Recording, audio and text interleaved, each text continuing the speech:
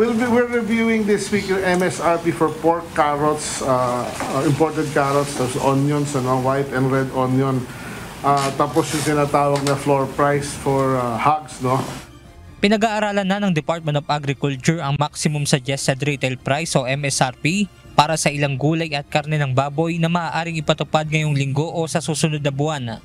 Base sa ilalabas na MSRP ng DA, nasa 370 pesos ang kada kilo ng liempo, 340 pesos per kilo sa kasim at pigi, at parehong tig 120 pesos naman sa kada kilo ng red at white onion at maging ng imported carrots.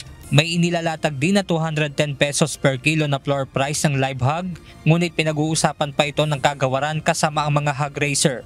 Wala namang sinabi si Agriculture Secretary Francisco Chu Laurel Jr. na paggalaw sa presyo ng iba pang produkto. Nagbabala naman ang kalihim sa mga consumer na mayroon umanong nandaraya upang makapagbenta ng mahal na sibuyas. Tapos meron nga nagbebenta ng red onion na ganyang kaliit, pinalalabas nila na local yon. Hindi ho totoo yun. Binabola kayo ng mga retailer kasi wala nang red onion. Imported din yun.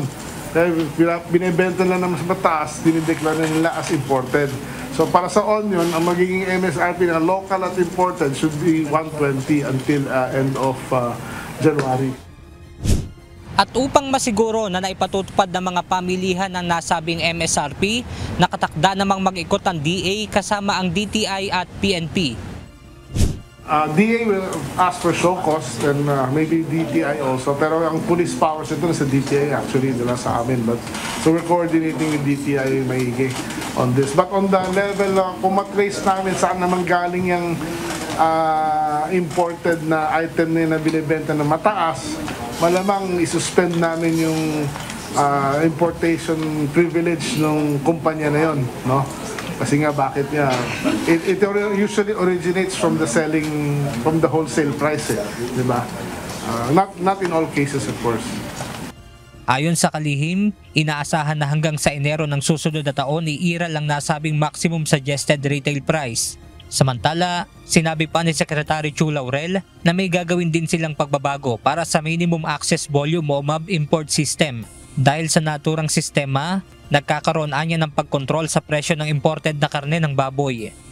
Mali yung dating sistema na every year nabibigyan ng MAV yung pinakamalaki na nag-i-import dati or nag-i-import. Mali yun eh. Dahil yung sistema na yun, na matagal ka na dyan, ang rami mong MAV, kung ikaw may control ng 70%, a handful control 70% of the MAV, it means they control the price.